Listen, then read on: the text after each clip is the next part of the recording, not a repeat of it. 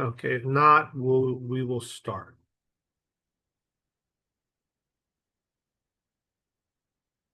Okay, so we're going over manager roles, leadership, uh, the process of managing, the process of leadership.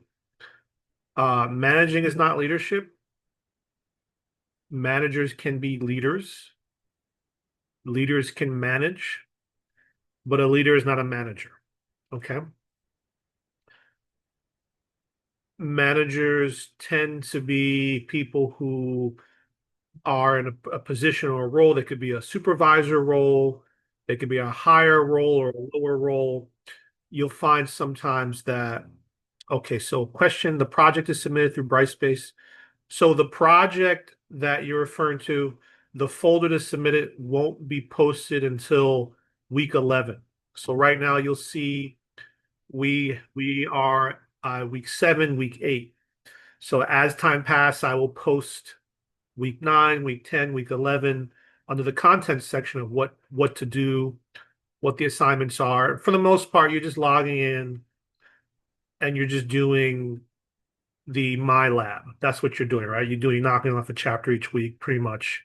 You're referring to uh, the syllabus for the structure of what's due each week. And eventually, when we reach 11, you'll see the due date. So I'm just giving you a heads up. Week 11 is when the first part of the project is due. So that's about maybe roughly 3 weeks from now, which, as I said last time, about 3 to 4 weeks. So you'll see the deliverable at that point. I will obviously go over in class. I'll do an announcement. It's not going to be a secret. You'll know when it's due by then. So you've got about a couple of weeks, 3 weeks to finish that up. So anyway, uh, sometimes people go into management not necessarily because they want to be managers, uh, or they are leaders not because they choose to be leaders, but because they have to. And some people choose to be in a management role or a leadership role because they want to be in a position to lead or manage. That doesn't necessarily mean they're effective at it or good at it. So being in a position of control, decision making, leading, collaborating, whatever it may be, some people want to be in that position, but that doesn't necessarily mean that they're good at it. That doesn't necessarily mean that they're the right fit for it. And there are people that really should be in a position managing others, leading others, but they don't want to. They don't like the responsibility, the headache, the challenges, but they are able or competent or capable in that specific role. And it depends on the role, right? Uh, Different people seek different things. You look at people in leadership positions, you look at people who are running for office, governmental positions, leadership positions of leadership. Sometimes the person that's seeking a position of leadership, maybe they shouldn't be the leader. But at the end of the day, if they're seeking for leadership, they're the ones who are the leaders. If they're seeking for management, then they're in a position of management, right? So a lot of times the roles are not necessarily filled by those who are skilled, but by those who are wanting the position. And sometimes I've seen people really work hard to become a manager in a management role because they want to be in that position of power. Doesn't necessarily mean that they're the right fit, but they get chosen because they're trying their hardest to be in that position, to want that position. So that's what it is, right? That's the real world reality about that. Then you have people who are in positions where they think they never even consider themselves in a leadership position. So one of the questions people will say is, are leaders born or are they bred? So are you born someone that's a leader, or is it being a leader something that you have to learn, skills you have to gain, experience that needs to be done? Could you be someone that doesn't know how to lead and then you are trained to become a leader? So in many cases, leadership requires certain skills, organizational management skills, managing, organizing people. There's charisma to it too. You've got people who are in leadership positions because they're very charismatic. That doesn't mean they're effective leaders. It just means that they're good at getting at leading people, which is sort of a catch 21. I guess what I'm trying to say is that someone in a leadership role that's effective at maybe being in a position where people believe they're a competent leader doesn't mean they're a competent leader, because they may not have the management experience or managerial skill sets that's required. And then there may be a disingenuous nature to their purpose or reason for leading, right? Which isn't necessarily a co-requirement for the definitions of leadership, but it's something to take in consideration, right? Um, just because someone tells you something that you want to hear doesn't mean that when they're in that leadership position, they're necessarily doing the thing for you that you think is best for you, maybe best for them and their constituents. So that's more politics, but it's a reality for why people vie for leadership, right? So some people seek the leadership position, but what we're learning today is not about those types of people.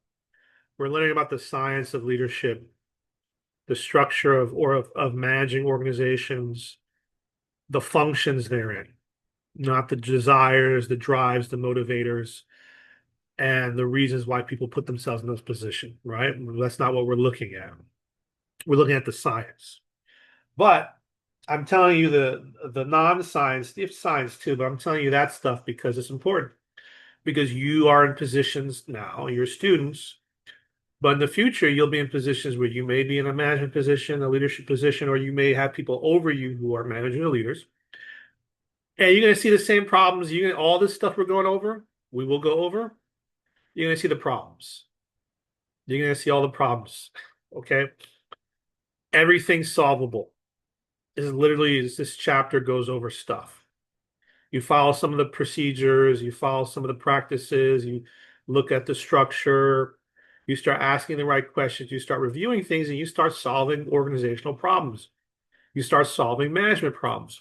You start solving problems around leadership. A lot of it's just basic stuff. So this stuff is fairly important.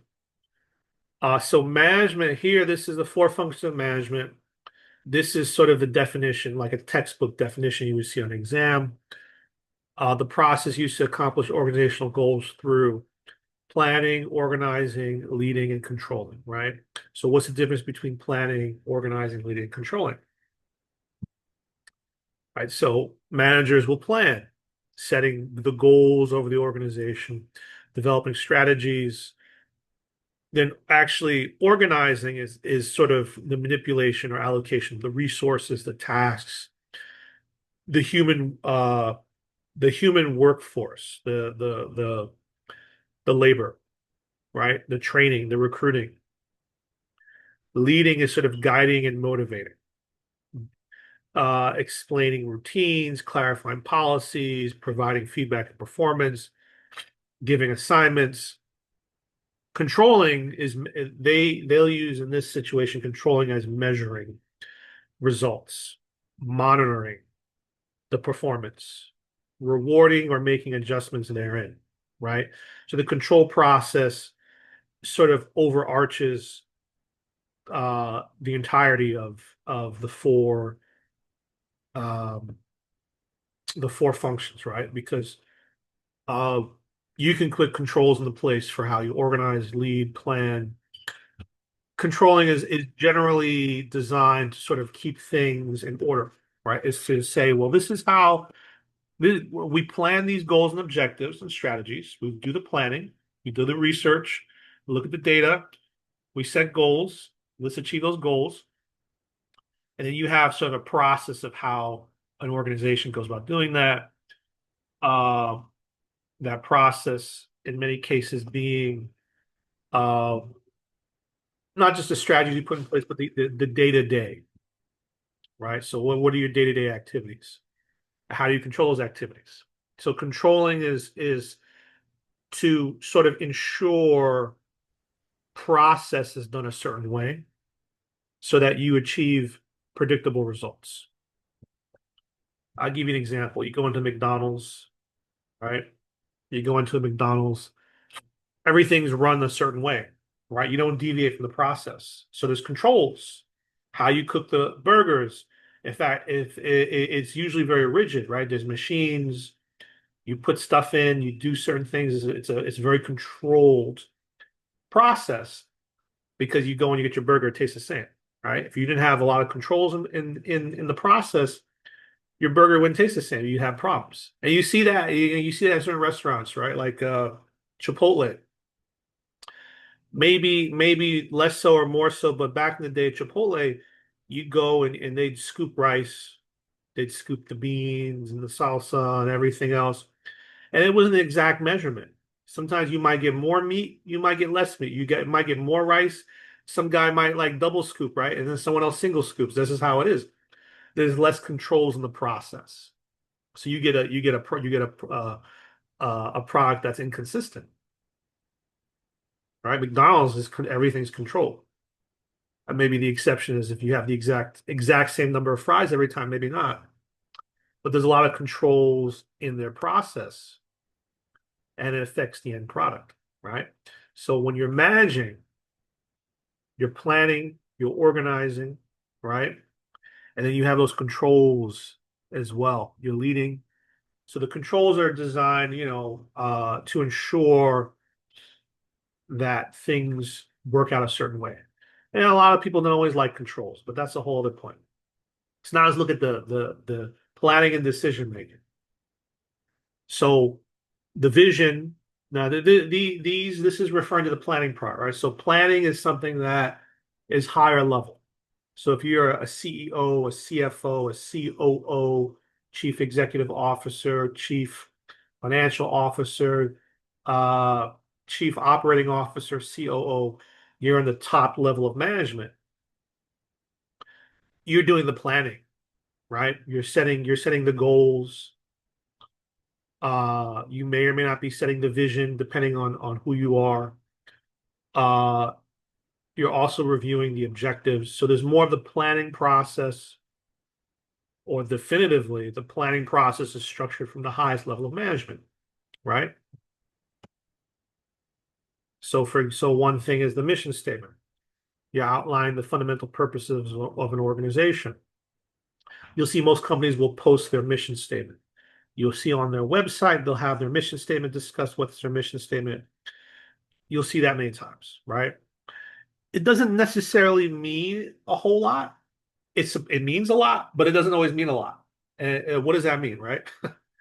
So for someone who has integrity and character and the culture and the mission of a business, of a company means something, the mission statement is sort of like your objective. If you're a soldier or an officer, you have a mission. This is the mission, right? And that's a big deal. That's you got a mission to complete. You complete your mission, right? So mission statement should very much be on that same level. It shouldn't be a fluffy thing. But when you read mission statements, even from some of the big billion-dollar companies, it's so damn fluffy. It's like, what are you saying? What does that mean? And then when you look at the way the organization is run, the way they lead, what they do, their mission statement should be about making profits because that's what they're doing. That's what they're focused on. But that's not what their mission statement says because that doesn't sound nice, right?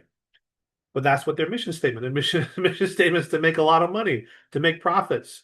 So the mission statement really should be your fundamental purpose for the organization's existence, sort of the ethos, the focus, the locus that drives that organization's behavior a certain way. But that's not necessarily what you're going to see. So I'm just letting you know the mission statement is a very critical component to the planning process.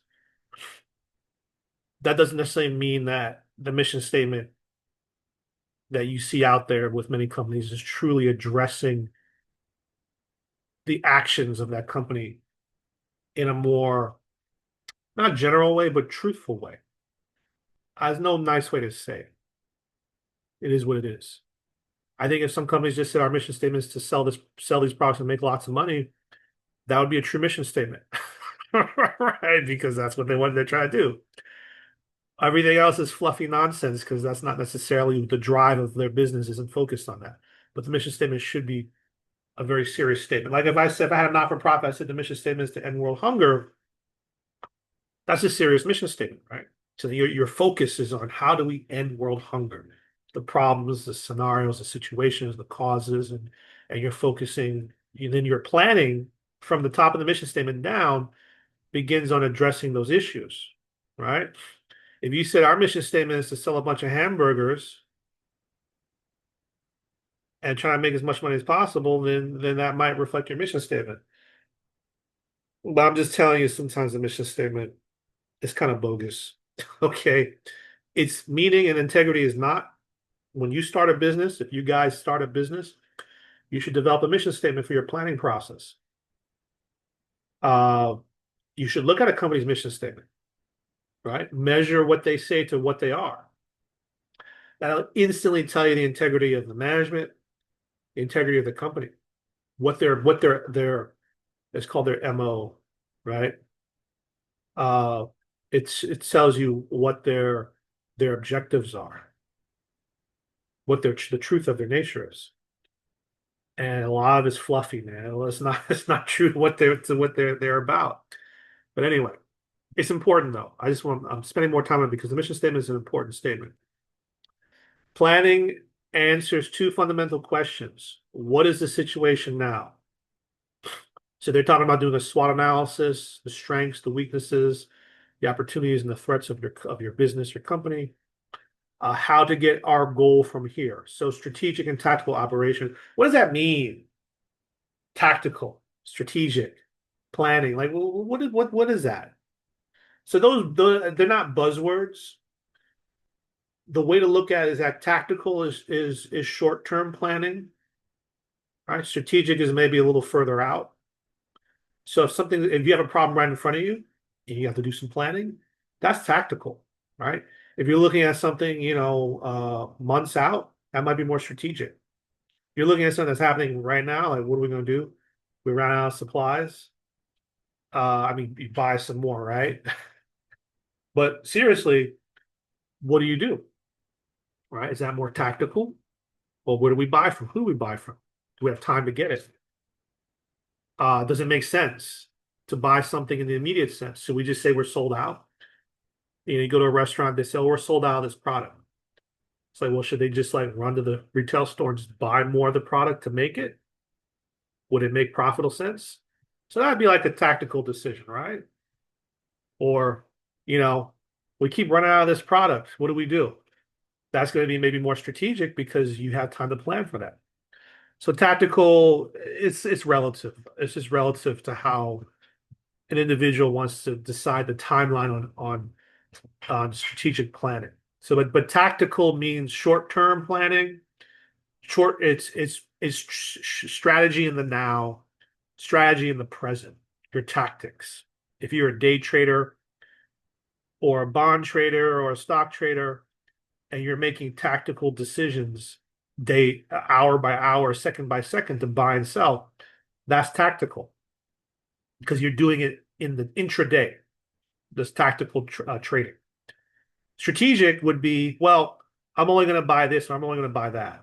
So you're looking for a specific type of companies or you're looking to only hold specific type of companies. That's strategic. So that's your strategy. But the tactics is when you're in the mix, you're doing something in the short term. So that's how to look at those definitions in terms of planning, because planning has time frames, right? So if I use the example, the trading, for example, what's your trading, what's your vision? What's your long-term strategy? What's your midterm strategy? What's your tactical strategy, right?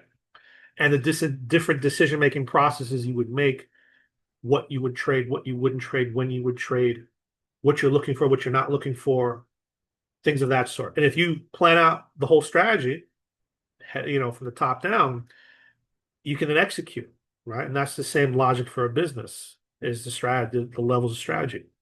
Now, the SWOT analysis is sort of assessing your position. That's, your strengths and your weaknesses, your opportunities, your threats. So strengths and weaknesses, Opportunity would be like you're a business, you have an opportunity to grow because you could set up new locations, you could build and expand your business, right? The threats are competitors that may be in those locations. So when you look at your strength, you might say, well, we're a smaller business, right? But we're not as big as some of these other companies. So maybe an opportunity is to expand in an area where we don't have any threats, where we don't have to measure our weaknesses against our competitors. So maybe we need to look at a territory location that needs our services, right? And in some cases, you could be a competitor and you want to be around other types of competitors because they're not really your competitors, right? Like if there's a Walmart around the corner, who shops at Walmart? Certain types of people shop at Walmart. Uh, if you're a Whole Foods, Whole Foods is not Walmart's not your competitor. Well, clearly, because they sell way more stuff than Walmart, but in terms of groceries, Whole Foods sells a totally different product line. It's for different customers. You won't even see a Walmart near a competitor, near a Whole Foods because they're different companies. They're different clients, right? People that are shopping at Whole Foods might not really go to Walmart. They're not looking for the deals. They're looking for qualitatively different things. So hypothetically, if you had both of them next to each other, they're competitors, but then are they really competing? Then you look at companies like like restaurants, for example. You go to a restaurant and you'll see like a restaurant row. You'll see all these different types of food stalls or companies selling food, but they're not selling the same food, right? So if you had a Burger King, a McDonald's, and a Wendy's next to each other, they're direct competitors, right? But if you had a McDonald's, a Pizza Hut, a Taco Bell, and a KFC, they're competitors, but those are totally different types of food. You don't want to eat McDonald's every day, right? Maybe you want some fried chicken another day, so on and so forth. So when you're looking at the SWOT analysis, uh, you're pretty much analyzing your organization's strengths and weaknesses. And then the example I gave with that is sort of uh, with the different restaurants that are different, but not really direct competitors. There's synergies there, right? So I'm saying that because there are other type of planning and uh, analysis you can use, right? There's Porter's five forces. There's pest analysis, PEST, political, social, technology, different type of factors you're looking at, and you're sort of looking at the position of your organization, and you're doing a strategic analysis to see where you are. How do we measure up in terms of the political environment, the technological environment, the social environment, so on and so forth? What are our company's strengths? What are our company's weaknesses? What are threats that can impose us? What are the barriers to entry, which is what you would see in a Porter's five forces? Things that are easier to enter into or not. For example, if I wanted to sell luxury cars, it's a higher barrier to entry than if I sold stuff on Amazon, right? If I was an Amazon reseller, low barrier to entry. If I'm selling, I want to have a Ferrari dealership, very high barrier to entry, right? Because it's, think about what's that going to cost. So uh, that barrier to entry is going to affect your threats. And that may affect my decision making on what type of business to go into. But then arguably, who can afford that? Right. So your positioning affects your whole analysis. So you have to sort of look at the position strategically of the situation you're in and the situation that's around you preemptively, the problems that are present, the problems you're trying to solve. So an environmental analysis, organizational analysis, then you can go into planning, right? Now you go into planning, strategic planning, tactical planning, long-term planning, so on and so forth. Separate from your mission statement, right? Your mission statement doesn't really care about any of that. Your mission statement is just our goal, our mission is to do X, Y, and Z. May not be realistic, but that's your mission. So mission statement is just sort of like your mission. Once you assess the mission, you're assessing, can you do this, right? Sneak into enemy territory and rescue your friend. That's the mission. How do you do that? Oh, well, right. That's where the challenges come into play. All right. So this is sort of what we spoke about the SWOT, explaining examples of what would be strengths, weaknesses, opportunities, threats. Okay. So this is the planning and decision making, the types of planning, strategic planning is determining the major goals of the organization, right? The policies and strategies and obtaining resources to achieve those goals. So different than tactical because tactical is developing detailed short-term statements about what is to be done. So more action-based, right? Strategic planning is sort of like, what do we do versus how do we do it? What are the strategies we need to implement versus how do we implement the strategies? What needs to be done.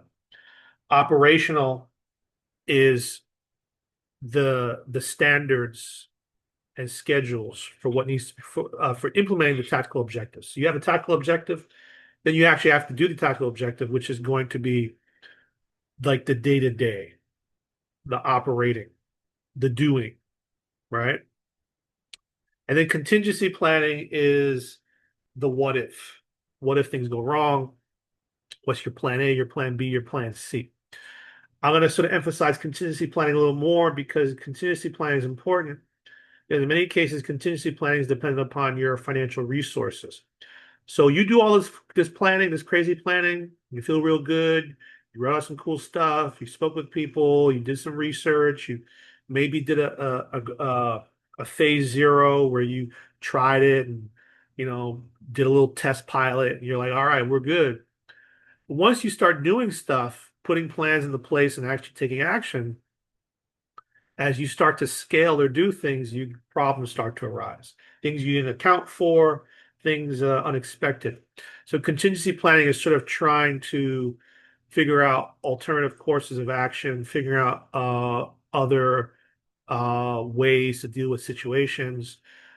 A lot of times, the risk associated that you're trying to mitigate with a contingency plan, the mitigation of the risk is oftentimes is financial, right? So on one end, you can pivot. So pivoting is where you're changing plans and dropping what you're doing and changing to something else. The faster you could pivot, the faster you could realize something is going to blow up in your face or is failing you. The faster you could realize that and drop it and change, the more likely you are to succeed. You're more likely your organization is to succeed. The slower you are pivoting, the worse you're going to be in a situation holding a bag of lies. And a lot of times it's the person that's the issue because they can't let go of certain things. But for generally contingency planning, as things go wrong, the solution typically, despite the plan you set into place, there's a resource requirement for contingency planning. That means, how much money do I need if stuff goes wrong? Or if you're building a house, you're building an apartment complex, what can go wrong? What is that going to cost me? Right? All the things that can cost me, carrying costs and managing utilities and taxes and loans while problems arise. What are the problems that can occur I am not aware of? What's the cost to fix those problems? Do I have the financing to do that? Do I have the skills and expertise and the planning and the processing to implement and action that? And if you don't, then that's where that becomes risk. Right? When you cannot manage risk, it's true risk, the unknown, right? When you have the ability to manage the risk and you could quantify what that risk is and what it's going to cost if it hits you, then it's no longer really risk, right? Because you have a contingency plan and you have the resources in place. Hopefully, you have the resources in place to address those issues. So, for example, I gave the example of real estate, right? Well, what if you buy, like, a perfect example, someone wants to flip a house, so they're buying something on an auction, right? For cheap. And you get the house and the whole house is mold. And what are you gonna do? Bad, right? So, you gotta gut out the whole house, right? You got mold remediation is expensive. And if the whole house is mold, you gotta gut it out. It's been sitting there, on the market. There's no AC running in it. There's no ventilation. Who knows? So when you're looking at the price, did you have a contingency plan? You got all the strategic planning about how to make money from it. Did you have a contingency? Well, what if it's all mold? What's that going to cost? What's that going to cost to remediate that? Right? So then if you say, wow, the cost to remediate that is more than what I'm paying, then what would make sense to pay? There's your risk, right? Because number one, at least you can afford to remediate the issue, the cost to do that. Number two, if I buy it at that price and it's going to cost more to remediate the issues, then I lose money. But that's your risk, right? So part of contingency planning is also assessing risk, is quantifying risk, is creating strategies for risk, is sometimes having assets and money set aside called contingency funds to associate those issues. But this is purely for planning. What I'm saying is you got to plan that out in order to have a contingency or backup. And sometimes the pivot example I gave, you're pivoting because you didn't have a contingency plan. You didn't know what was going to happen. It's a last minute situation that kind of blindsides you. So when you're hit with something, you pivot. Now, how do you pivot a moldy house? You don't. You're screwed, right? You buy a house, there's mold. You realize that immediately when you walk in, it smells like mold, right? How do you pivot that? Well, depends, right? If you're like, well, I don't have enough money to remediate this, then what do? You can't rent it. You gonna sell it for a loss? Probably, right? There you go. So it is what it is, right? But that's the risk factor. So anyway, planning functions. This is just what we just spoke about, but just sort of broken down. Strategic planning is the setting of broad, long-range goals by top managers. This is sort of an easy understanding. Tactical planning is the identification of specific short-range objectives by lower-level managers, so supervisors, particularly. Operations planning is the setting of work standards and schedules. So that's, the day-to-day, that's the operations of how everyone's going to, what you need to do, right? Like, for example, if I go to Target, I'm stocking shelves, that's operational, right? So how do you plan that part of it? And then there's also standards. How are we stocking shelves? When do we stock shelves? You go to a Whole Foods or you go into a certain, like a grocery store, you got to pull stuff from the back. Right? Look, because customers grab from the front. So you got to take stuff from the back and pull it out because it'll spoil. If you keep restocking your shelf and you're putting the newest stuff in the front and the customers grab the stuff in the front, no one ever grabs the stuff in the back. That stuff just rots there. It'll expire. You lose inventory, right? So is that tactical? So that if you put a standard in place, is that operational or tactical, right? So you could discuss about it in your strategic planning, item loss, attrition, stuff like that.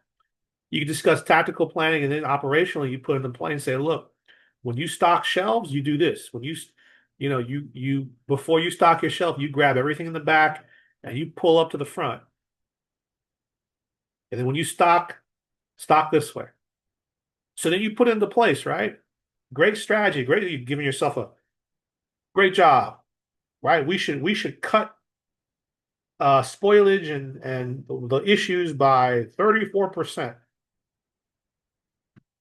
Then when you go there, the guys that stock the shelves aren't doing it because they forget or they don't care or they don't even bother with it or no one's looking. eh, you know, I'm on my I'm I got to finish my shift off. I'll just put this in the front, no big deal, right? They're not following work standards. How do you see? How do you know?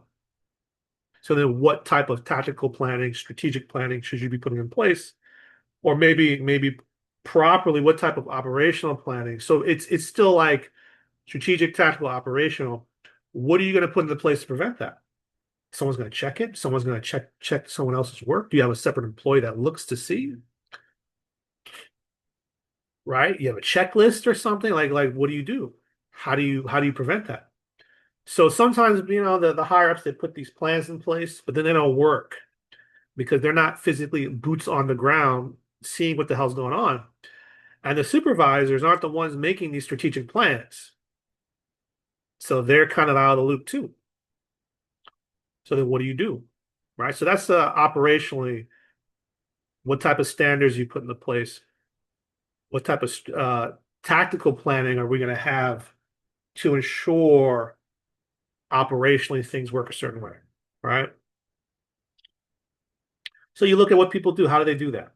I know for a fact I've been into like I was at a storehouse where they uh, provide food for the needy.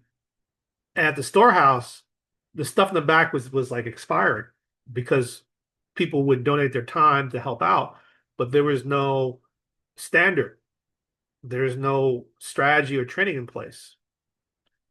So whoever's stocking the shelves was just stocking the front. They weren't pulling out from the back, right? So controls, the less controls in place, planning and training and management in place, the more crap like that you get. Okay. Unless you get a good employee, like I'm kind of like, let me pull everything from the back to the front. That's me, but that's not everybody. Some people don't even think about that. They don't even know that. All right. So decision making, finding the best alternative. So this is sort of like the process of making a decision. That's what this is. Rational decision making, right? You can use this, you think about this, you get in an argument with someone over something. Pull this out. I don't agree on what we should do. Well, let's think about it, right? So it's a model. Define the situation. So what's the problem? Defining a problem is always probably the most critical, important, functional thing you should be doing is understanding the problem. They say this one, they said define the situation. The situation is what? The circumstances, the problem, define it. What is it? What is wrong? Right? First. Then, since we really understand the situation, the problem, what's going on, what information, what else do we not know? What do we need to know? Right?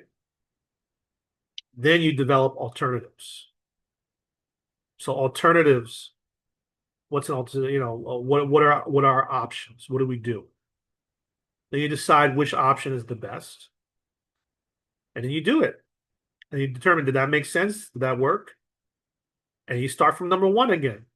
But you take the information that you learned from your failure on number six and you inject it into number one because now you probably define the situation differently. And then number two, you could probably describe and collect information you didn't know before you need, right? So it's a cycle. The model's a cycle, right? You go from one to six back to one to six. But every time you go around the cycle, you are taking a problem that you discovered because your decision making or your alternative didn't work. And maybe you could put number seven, assess the failure, and that should be number seven, right? If you fail or the decision didn't work, assess it. And sometimes you might not know if the decision didn't work. Why did it fail? And you bring it back. You bring it back and you go through the process again, right? Maybe you could skip to three, but this is an important process you could do. So you have a team of managers, a team of leaders, a team of people, and you're trying to figure out decisions. You want to make decisions. You're trying to understand those decisions make sense. Decision-making model, follow the process, right? But what I'm telling you though is that when there's failure involved in a model, you have to take the failure and reintroduce knowledge and experience in the failure to then redo the process to then innovate and adjust. Okay, it's not on this model. That's what I'm telling you. All right. But it's a good model. So this is good. Okay. So when you're doing decision making, finding the best alternatives, right? So problem solving. The process of solving the everyday problems that occur. What I said before, less formal than decision making and usually calls for quicker action. Okay. So some problems, they're not necessarily uh, quicker actions. They're just sort of talking about the process of problem solving, not problem solving. I don't know if that made sense, but this is not like this. They're talking like intraday, everyday problem solving, right? So brainstorming, coming up with as many solutions as possible in a short period of time with no censoring of ideas, and PMI, listing all the pluses for a solution in one column. So this is like you providing a solution. The solution is we're going to do this. So you're going to provide all the. It's almost like a SWOT analysis for your solution, right? So all the pluses for your solution in one column, negative aspects in the other, and the implications. So this is a plus, this is a minus, this is what can happen. And you discuss that out. And this is to help with the decision-making process, right? Brainstorming is generally more so just ideas. Okay. The PMI is sort of assessing the solutions, right? It's strategic. It's sort of strategic analysis, right? But it's good. The PMI is good. The last thing I want to say about this is sometimes it's really good to actually do this stuff because sometimes you're trying to think about problems, you're trying to assess an issue, and you're doing it in your head. When you start writing this stuff out, it's totally different. You start to see issues you need to think about.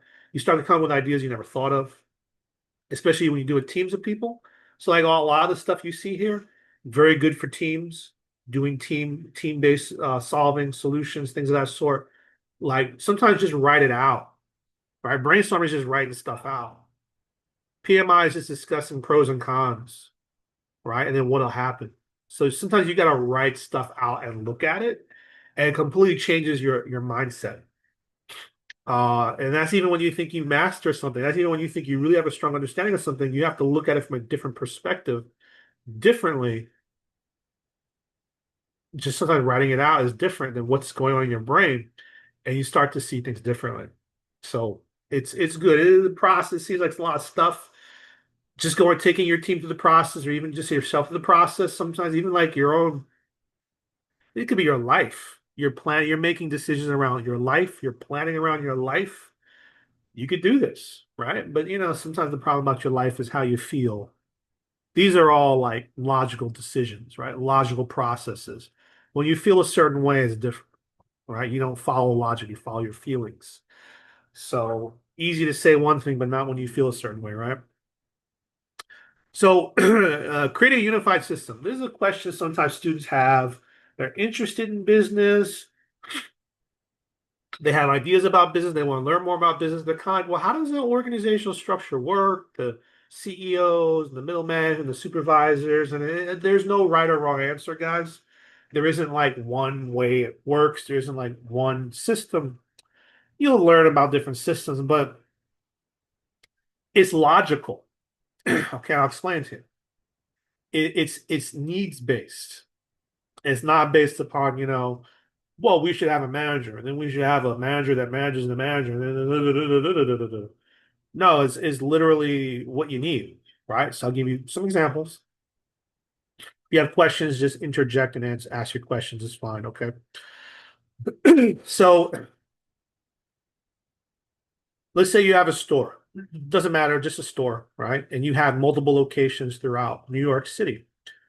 The boroughs, Bronx, Queens, Brooklyn, Manhattan, you know, and let's say you got like 5 or 6 stores in each location, right? So you have 6 stores in Brooklyn, you got like 7 stores in the Bronx, you got like 12 stores in Manhattan, you got 6 stores in Queens, right? Maybe you got a location on Long Island.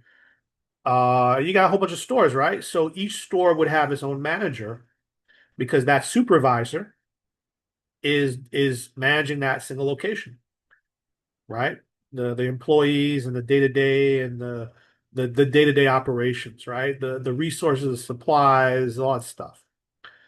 So you have your supervisor or branch manager in each of those locations. Let's just simplify and say five. There's 5 locations in each borough, right? So each location will have its own manager. Now, could you split the manager between multiple locations? I mean, if you want to cut costs, you could, but that may be difficult, right? If the stores are next to each other, sure. But if one store is in the bottom of Brooklyn, the other store is in the northern part of Brooklyn, probably not, right? So each location is going to have its own individual manager. Then you may have a manager for each borough, right? So you might have a manager managing the Brooklyn boroughs. You might have a manager managing all the locations in Queens or Manhattan. And, maybe there's not enough locations to justify an employee managing those four locations underneath when there's already managers in each location. So maybe you just might have a New York territory middle manager. So his or her job is to check on the managers and the managerial process and the all the things we discussed in Manhattan, Queens, Brooklyn, the Bronx. And that might be too much for one person to handle. 20 locations might be too much, right? So how much can they handle? Well, you would have to figure that out, right? So maybe you'd subdivide it. This guy carries Brooklyn, Queens. This gal does Manhattan, Bronx, right? And who manages them? So then that's this. Then you might have a city. You might have you might have some locations in New York State, New Jersey, Connecticut, so on and so forth. So you have this whole chain of management, right? This chain of middle management, supervisory management, meaning each location has a manager, and then levels of middle management that are responsible for multiple locations. Then you might have top management or upper middle management. So upper middle management might be territories. So now someone's responsible for the state of New York. Someone else is responsible for the state of Connecticut, all the locations in New York State. Then someone might be responsible for the Northeast. So they're over New York, Connecticut, New Jersey, uh, you know, so on and so forth, tri-state area. And someone else is, West Coast, someone's Midwest. And that's like upper middle management. And it could be also top management, but they're not necessarily chief executives, right? They might report directly to the CEO. And then the CEO is like responsible for everything, right? COO is responsible for the operations for everything. And they're touching base with their managers in their meetings, right? And the middle management then comes down to the supervisor level and it tells them what needs to be done. So just to very quickly sort of discuss levels of management, you don't need that depending on your company, right? So I just discussed like multiple levels a single flat level of supervisory management over each individual location, which is critical, and then levels of middle management based upon territories. But that depends on your business. That depends on on what your business needs. So the key is the amount of managerial levels you have is completely dependent upon the function of the operations of the business and then the oversight and the controlling processes necessary for that. That'll determine how much management you need, supervisory or middle management. Okay, because you're always going to have top level management. And sometimes the top level management is the supervisor, is the middle manager. You're one guy running a business, running your shop. You're the CEO, but you're also the employee, working the register. You're the guy, right? Or the gal. So in many cases, you always have the top level, and then it just goes from top down, right? So you go from top down. You don't go from down to up. You go from top to down in many cases. But the top could be at the bottom, could be lower to the bottom in terms of what they're doing, right? So if you have smaller locations, less scalage of locations, you may not need that much middle management, right? Maybe the supervisors do a lot of the heavy lifting, and it's more grounds on the floor operation, people doing stuff, and you're looking more at the logistics and the things of that sort of getting product here and there and whatever. So maybe you have more like people that are specialty, right? So they're not necessarily territorial managers, but they're special managers that manage specific divisions or operations of the business, and they have reports, and they go directly to supervisors. Depends on your business, right? So your function is the levels of management are based upon need for the operations of the organization. So what does the organization need to function? And to make sure the controlling processes are in place so that it operates and functions the way you want it to. Because managers' jobs are to make sure that gets done, right? They're managing, they're leading, supposedly. So that's going to determine really the scope and scale of your management. So there is no one way to run an organization. You got to have your CEO. Who's going to be the chief treasury? Who's going to do this? That doesn't matter. Is your goals.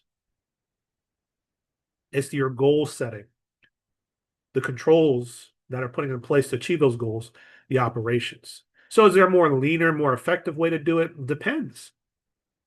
Businesses have this businesses they run differently. You got business where you have these little cells where each there's a little team, multiple teams on a company, and they're all like independent and they kind of just do their own projects and source their own business. And it's different and weird, and it's just some places are run differently. I'm not saying it's good or bad, but what I will say is this: when you have different man, when you create a unified system, so the word unified system is important. The system's unified.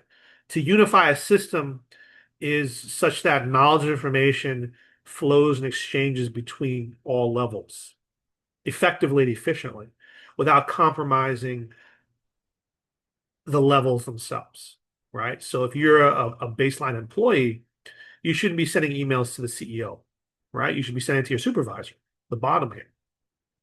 But if you got something important to say and you tell your supervisor, well, that information will reach the CEO. Maybe it won't, right? Because there's all this managerial clock in between of all this stuff. So you don't want to be wasting the time and information having 1,000 employees bombard your CEO, but maybe those 1,000 employees have something important to say, which then needs to get siphoned through the levels, right? But they don't always get siphoned, they don't always get addressed. Sometimes you got supervisors so overburdened with just managing and operating their job, they ain't got time for that because they're trying to be efficient, trying to cut costs. So a unified system is truly needs to be unified, where there's an exchange of information from top to down and down up, such that they could be efficient, they could be agile, they could be innovative, and they can react to change quickly and organically. All right, and you learn about business and organizations, and they have studies on that. And they talk about ways to do it, and they give you case studies and so on and so forth. So there's information out there, but ultimately, you know, the work culture is important too, because you might have employees and they don't want to tell anybody anything, right? I get in trouble. That's bad, right? And you got organizations where people literally, you're like, man, this is like the 1980s, 1970s here. What's going on? This is so old school. Because the top management is just not innovative. They're not really they're very much detached from what's going on. And even then they don't know what's going on. What's outside of them.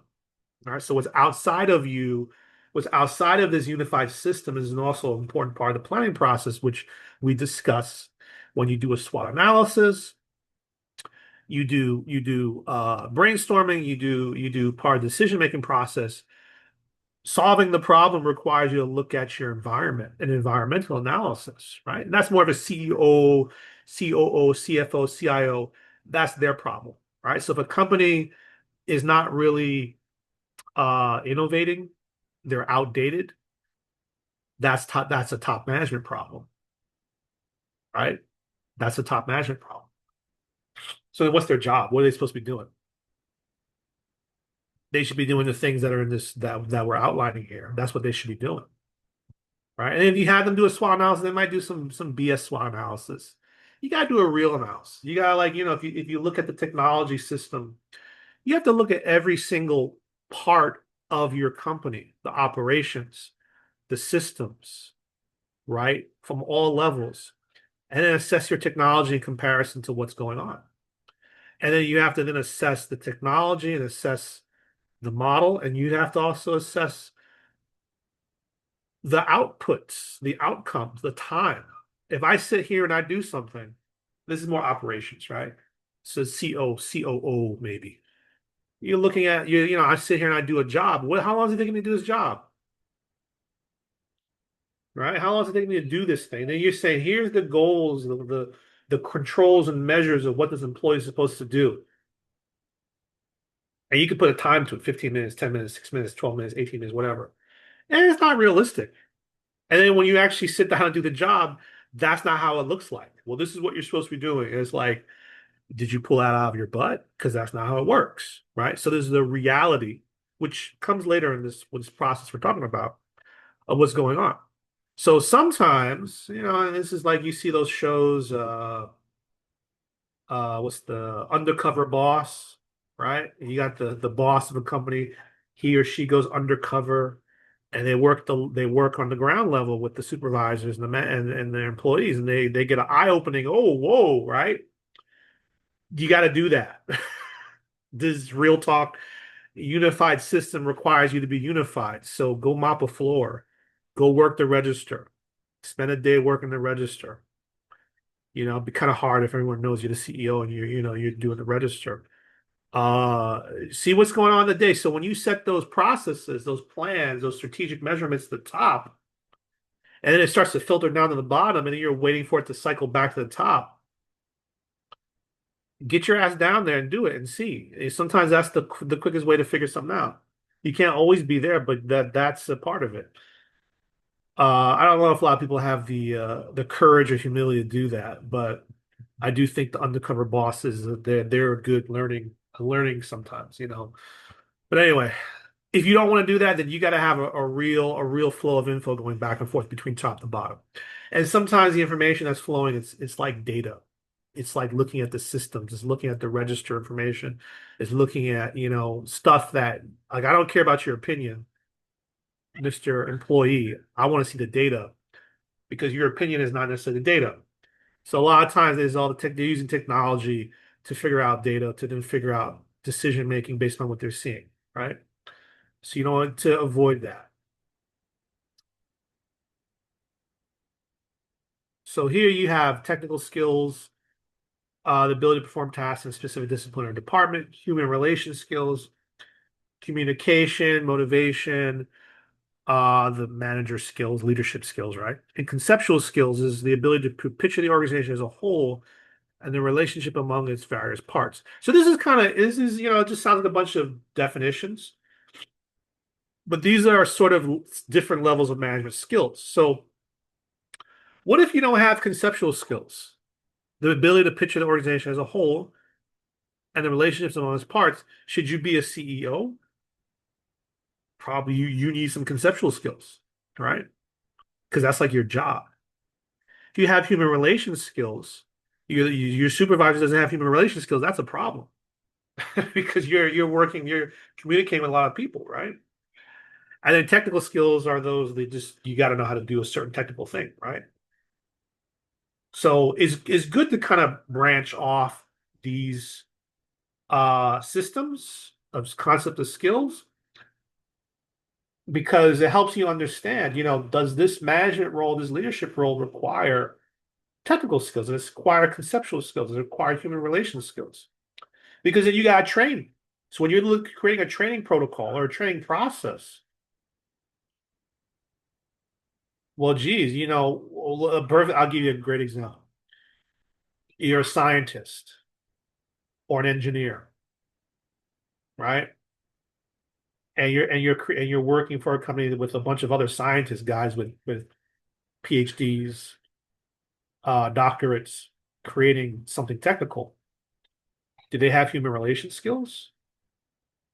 Do they have conceptual skills when they're so technically focused? So then if you bring in someone that has those skills, they may not understand the technical stuff to actually manage or organize those in those positions. So sometimes these skills have to be learned and understood and have to be trained such that you can create a unified system. You create a more organized system, right? And it's practiced. It's understanding your personalities. People don't even know their own personalities, right? It's tough. Till they get married and they start screaming with their spouse, then they start to understand one another better, right? That's how that works. Skills needed at various levels of management. Hold on. Technical skills, human relations skills, conceptual skills. So this is sort of telling you the relationship, right? If you're a higher up manager, you need more conceptual skills. If you're a first line, front line manager, they say you need more technical skills. I think it's a mix of human relations skills. Depends on the job, right? Totally depends on the job. And the middle manager is kind of in the middle. That's what they say. The basic idea of that. Okay.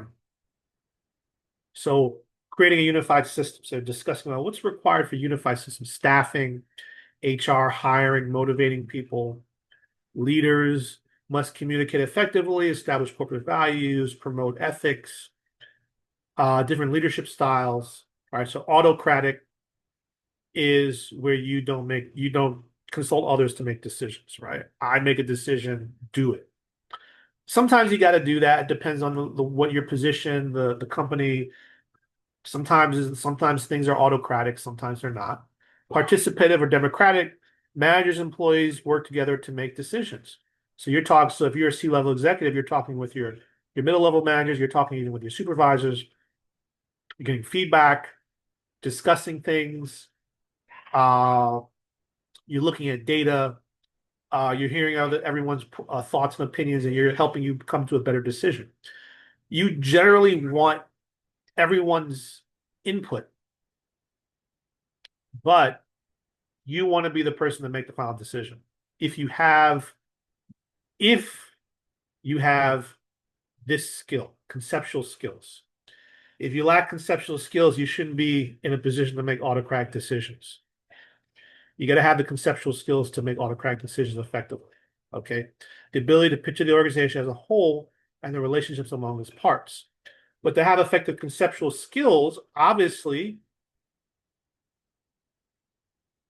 you need to be understanding all the parts and pieces.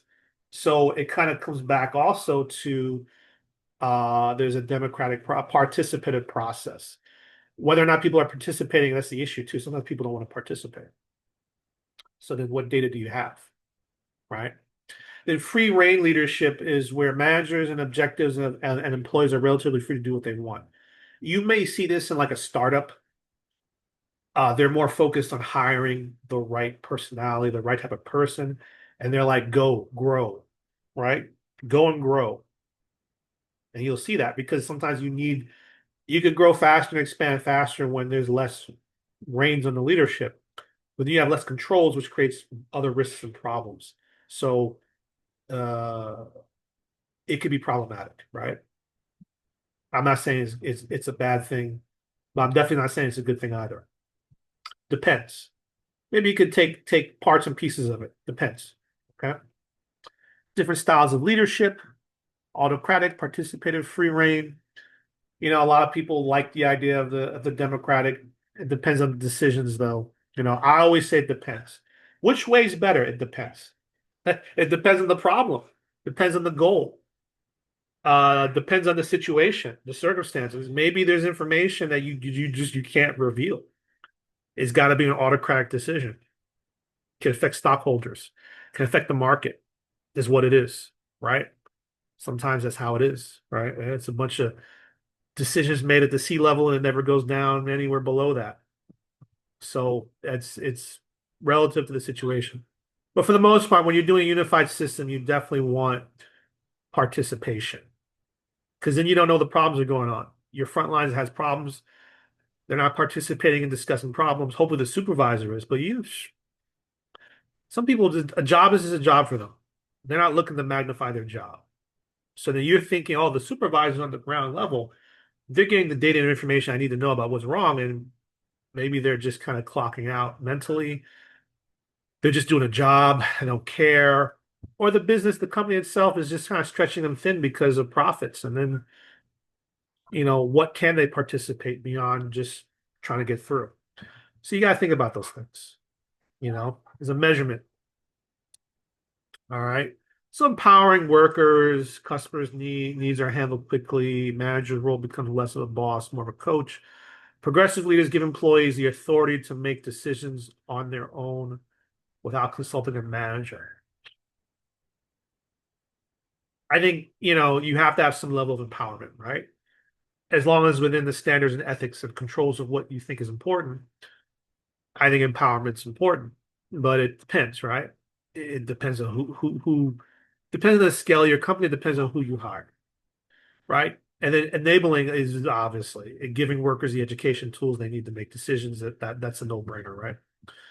So anyway, the last part I will leave on is the control process here. The whole control process is based on clear standards. Without such standards, the other steps are difficult, if not impossible. With clear standards, performance measurements is relatively easy and the proper action can be taken. So essentially, when you have a control process here, you're looking at establishing a standard. So controlling, like I gave the example earlier, you want employees, you want people stocking shelves, take the stuff in the back, bring it to the front, right? Uh, Simple. If it's got an expiration on it, if it's in the back, it needs to be in the front, right? So if customers grab from the front and there's two items in the back, pull that stuff from the front up in the front, and then so that it doesn't spoil, right? So you put a control process in place, you set a standard for that. What happens, right? So you establish a clear standard. Then you have to monitor and record the performance. So how do you check if someone's doing that, right? Are you telling your employees do this? Can you monitor that they're doing it? Can you check and record that they're doing that, right? So hopefully that's what your manager is doing or someone is checking that out. Compare results. Are they actually doing that? Are they taking the stuff in the back and bringing it to the front so it doesn't spoil? Communicate the results. Take corrective action. And then at the end of the day, are the standards realistic? Yes or no? And I always say here, between this feedback and you get to this question, are standards realistic? There's also sometimes a problem-solving process. So you're introducing problem-solving skills, problem-solving process, problem-solving analysis. Okay, because then that's also how you're going to tie into establishing better standards or different standards, right? And then you go through that planning process, that brainstorming process, the PM, the problems, where you create the pluses, the minuses, right, and the outcomes, and you're going through that process and you repeat it if need be, right? And this is also part of the innovation process. This also could be used in an innovation, the idea of repeating a feedback loop, the loop, and then innovating and adjusting is a part of the innovation process. So feedback loops are a part of innovation, as a part of also innovating the control processes as well, and testing the control process. So this is also part of the innovation process for standards and controls. Okay, so that's it. All right, end of our lecture. If you guys have any questions, I will stay on for a couple of minutes, but you guys are dismissed. You may leave. If you have any questions, I'll wait here for a couple of minutes, and I'll take your questions.